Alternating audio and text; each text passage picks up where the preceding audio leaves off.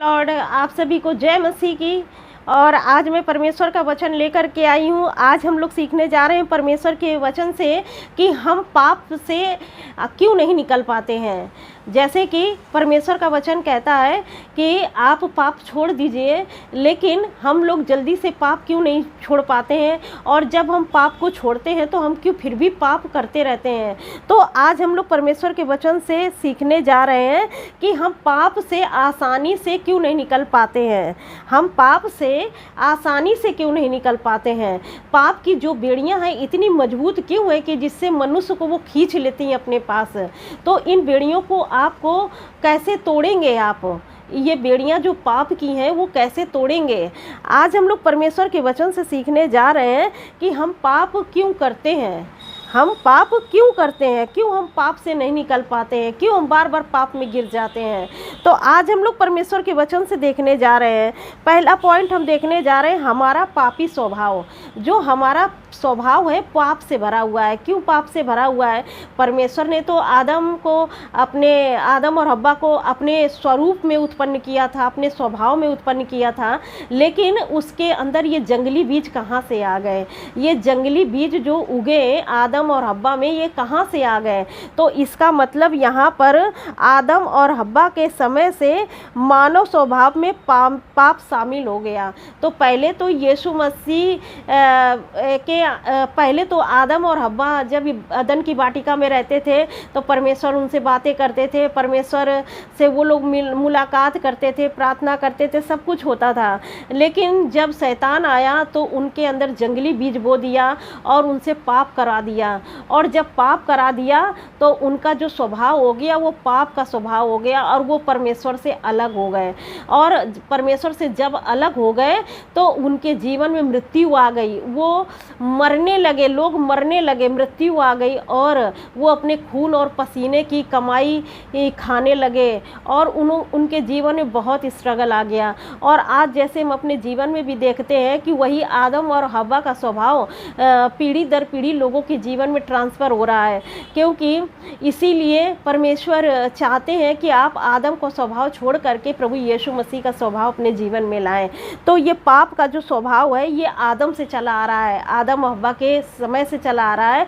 और वो जब उनकी पीढ़ी बढ़ी तो धीरे धीरे वो पीढ़ी दर पीढ़ी वो पाप ट्रांसफ़र होता गया ब्लड के द्वारा। तो जैसे आप देखे होंगे कि किसी माता पिता के जो बच्चे होते हैं तो उनका स्वभाव उनके बच्चों में होता है। अधिकतर माता पिता अगर चिड़चिड़े हैं तो बच्चे भी चिड़चिड़े होते हैं। अगर किसी माता पिता की आंखें भूरी नीली हैं तो उनके बच्चों की भी आंखें भूरी नीली होती हैं। अगर किसी माता पिता के बाल जो हैं भूरे हैं तो उनके बच्चों के भी होते हैं। तो माता पिता के ये गुण उनके जीवन में ट्रांसफ़र होते हैं। तो उसी प्रकार से आदम और हव्वा का जो स्वभाव था वो हमारे जीवन में भी आ गया और हमारे जीवन में भी पाप ट्रांसफ़र हुआ। और इसीलिए प्रभु यीशु मसीह ने हमको उस पाप से बाहर निकाला है। और अब प्रभु ये चाहते हैं कि आदम और हव्वा का स्वभाव छोड़कर हम प्रभु यीशु मसीह के स्वभाव में परिवर्तित हो जाएं। तो इसीलिए यहाँ पर जब हम यीशु मसीह को ग्रहण करते हैं तो आदम और हव्वा का स्वभाव हमारे जीवन में मर जाता है। क्योंकि आदम और हव्वा का जो स्वभाव है वो जब हम मार करके प्रभु यीशु मसीह में चलते हैं तो यीशु मसीह का जो वचन कहता है अगर उसमें चलते हैं तो उसका स्वभाव हमारे जीवन में आता जाता है, तो हम पाप से छूट पाते हैं। तो इसीलिए प्रभु का वचन कहता है कि जो हमारा पापी स्वभाव है तो जब हमारे जीवन में पाप हमारे ब्लड में है तो हम उस पाप से बाहर नहीं निकल पाते हैं। हम मन तो करता है कि पाप से निकले, बाहर आए, ये गलत चीज़ें हैं, लेकिन बार बार उसी पाप में गिर जाते हैं। लेकिन जब आप प्रभु यीशु मसीह को ग्रहण करते हैं, उसके वचन को पढ़ते हैं और परमेश्वर से सामर्थ्य मांगते हैं, पवित्र आत्मा आपकी मदद करते हैं, तब आप पाप से बाहर निकल पाते हैं। आपका जो वंश बढ़ता है तब आप क्या करते हैं, फिर उनके जीवन में आपके गुण आते हैं कि आपका स्वभाव उनके जीवन में आता है। क्योंकि आप गाली देना छोड़ चुके होंगे, झूठ बोलना छोड़ चुके होंगे, किसी के साथ लड़ाई झगड़ा करना छोड़ चुके होंगे, तब आप ये सोचेंगे, तब आपके बच्चे, आपका वंश भी देखेगा कि हमारे पूर्वज ये सब काम नहीं करते थे, तो उनका भी स्वभाव चेंज होगा। तो उनको भी प्रभु यीशु मसीह में अगर वो चलेंगे तो उनके भी स्वभाव अलग प्रकार से होगा। उनका स्वभाव जो होगा वो प्रभु यीशु मसीह में नया होगा। और इसीलिए प्रभु कहते हैं कि इसीलिए प्रभु यीशु मसीह ने हमें इस पाप के स्वभाव से आज़ाद किया है और हमें पाप और मृत्यु की व्यवस्था से आज़ाद कर दिया और अनंत जीवन हमको दिया। दूसरी बात जो है, पाप के दास, यीशु ने कहा जो कोई पाप करता है वह पाप का दास है, यूहन्ना 8:24 में। अगर हम पाप करते हैं तो फिर हम पाप के दास हैं। अगर हम परमेश्वर के वचन के अनुसार चलते हैं तो हम परमेश्वर के दास हैं। प्रभु का वचन कहता है कि हम जिसके अंडर में हो जाते हैं उसी के दास बन जाते हैं। तो पाप के दास अगर हम बनेंगे तो मृत्यु जरूर आएगी। तो ये जो पाप है ना, मृत्यु को लेकर के आता है, तो मृत्यु जरूर आएगी। लेकिन जब हम धार्मिकता का जीवन जीते हैं तो हम अनंत जीवन को प्राप्त करते हैं। तो इसीलिए प्रभु का वचन कहता है कि जो पाप की बेड़ियां हैं वो बहुत मजबूत होती हैं और जब हम उसको करते हैं तो हम पाप के दास होते हैं। तो पाप के दासत्व से प्रभु यीशु मसीह ने हम लोगों को निकाला है। तो अब आप पाप के दास ना हो, आप परमेश्वर के दास हो, परमेश्वर की महिमा करें आप।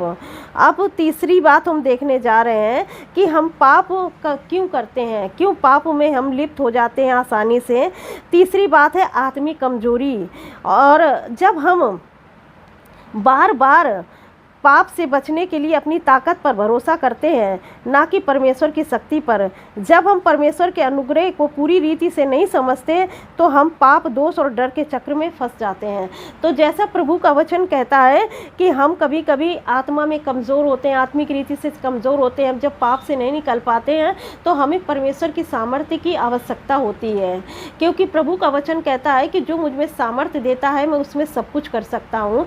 तो प्रभु आपकी ज़िंदगी में सब कुछ कर सकते हैं, आपको पाप छोड़ने की शक्ति भी प्रदान कर सकते हैं और आप पाप से बाहर भी आ सकते हैं। क्योंकि ये एक ऐसी चीज़ है जिससे जो कि मृत्यु लेकर के आती है। इसीलिए प्रभु का वचन कहता है कि आपको अपने जीवन से आत्मिक रूप से अगर कमज़ोर हैं तो परमेश्वर की सामर्थ्य मांगे, परमेश्वर आपको पाप के बंधनों से आज़ाद करेंगे। और हम चौथी बात, हम क्यों पाप करते हैं, शैतान का प्रलोभन। कभी कभी हम पाप नहीं करना चाहते हैं, लेकिन शैतान ऐसी प्रलोभन लेकर के आता है हमारे सम्मुख, ऐसी बातों को लेकर के आता है जिससे कि हम पाप में फंस जाते हैं। जैसे अगर हमारे जीवन में पैसे की कमी है, घटी है, तो हमारे जीवन में वो इसी प्रकार का टेम्पटेशन और परीक्षा लेकर के आएगी कि तुम इस रीति से कोई गलत काम करो, गलत रीति से पैसा कमाओ या कोई पाप करो। तो हम अगर उसके चक्र में फंस जाते हैं, क्योंकि उस चीज़ की हमारे जीवन में घटी होती है, इसीलिए हम आसानी से उसके चक्र में फंस जाते हैं।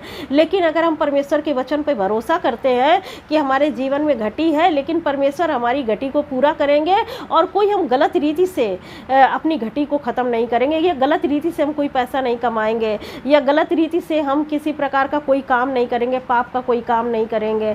तो जब हम शैतान के प्रलोभन में नहीं फंसते हैं ना, तब हम पाप से बाहर निकल पाते हैं। अब यही बात आप देखेंगे कि यीशु मसीह को भी शैतान ने प्रलोभन दिया। एक तो रोटी का दिया, क्योंकि यीशु मसीह 40 दिन से उपवास रखे थे और 40 दिन से वो भूखे थे।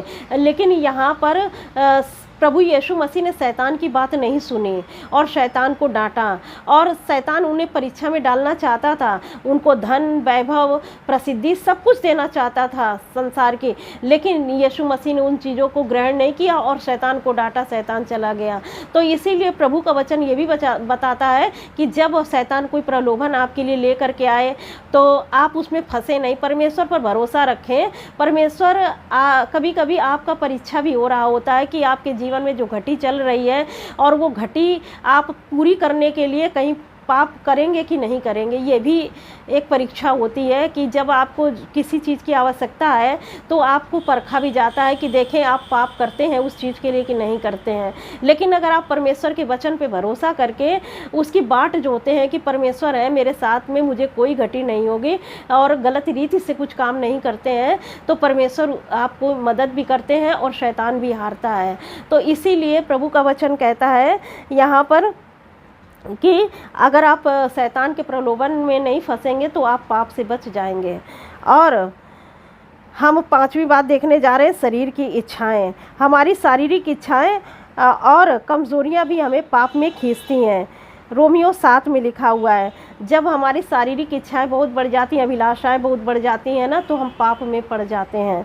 तो इसीलिए प्रभु का वचन कहता है कि जैसे लिखा है, हम आत्मिक तो होना चाहते हैं लेकिन शरीर से पाप के अधीन बिके हुए हैं। तो हम जो हमारा शरीर है वो आत्मा के विरोध में है और आत्मा शरीर के विरोध में है। तो जब हम तैयार होते हैं किसी काम के लिए तो शरीर हमको रोकता है। जब हम महिमा आराधना करने के लिए तैयार होंगे तो हमारा शरीर कहेगा अरे थके हो, सो जाओ। तो इस तरह से शरीर आत्मा के विरोध में काम करता है, आत्मा शरीर के विरोध में काम करता है, और हमारी इतनी इच्छाएं होती हैं कि हम पाप की दलदल से कभी बाहर नहीं निकल पाते हैं। तो इसीलिए प्रभु का वचन कहता है कि हम क्यों आसानी से पाप से नहीं निकल पाते हैं, यही कारण है। या तो हमारी इच्छाएं इतनी अधिक होती हैं, और जब हमारी इच्छाएं इतनी अधिक होंगी तो हम क्या करते हैं, पाप में आसानी से फंस जाते हैं। प्रभु का वचन कहता है धन का धोखा है जो हमें पाप में फंसाता है। तो इसीलिए जो तमाम प्रकार की चिंताएं हैं, अभिलाषाएं हैं, शारीरिक इच्छाएं हैं, तो ये सब क्या करती हैं, हमें पाप में डालती हैं। तो इन पे नियंत्रण करना है हमको। जो चीज़ें हमारे जीवन में परीक्षा लेकर के आए उनसे हमें दूर रहना है, क्योंकि हमारा परमेश्वर इतना महान है, उसके पास इतना है ना कि वो सब कुछ आपको दे सकता है। लेकिन अब परमेश्वर ये भी चाहते हैं, देखते हैं कि आप कितने ईमानदार हैं प्रभु यीशु में। तो यही कारण है कि आप पाप से आसानी से क्यों नहीं निकल पाते। एक तो हमारे स्वभाव जो होता है वो आदम और हव्वा से चला आ रहा है, पाप का स्वभाव, जिसके कारण हम पाप से नहीं निकल पाते हैं। लेकिन जब प्रभु यीशु मसीह को ग्रहण करते हैं तब उसका स्वभाव हमारे जीवन में आने लगता है। जब हम वचन पढ़ते हैं, उसके वचन में चलते हैं, और जब हम अगर पाप करते हैं तो हम पाप के दास हो जाते हैं। तीसरी बात, जब हम आत्मिक रूप से कमज़ोर होते हैं, तो जब हम अपनी इच्छा से कुछ भी काम नहीं कर पा रहे होते हैं तो हमें परमेश्वर की सामर्थ्य की ज़रूरत है।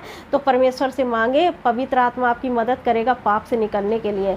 क्योंकि जो काम हम अपनी सामर्थ्य से नहीं कर सकते हैं तो परमेश्वर का आत्मा हमारी मदद करते हैं। और शैतान के प्रलोभन से हमें बचना है। शैतान बहुत बड़ी बड़ी चीज़ों को लाकर आपको दिखाएगा, फंसाएगा कि ये आपके लिए है, ये प्रसिद्धि आपके लिए, ये पैसा आपके लिए, गलत रीति से आपको फंसाएगा। तो उसके प्रलोभन में नहीं फंसना है। परमेश्वर का वचन जो कहता है बस उसको करिए, परमेश्वर आपके लिए खुद मार्ग खोलेंगे।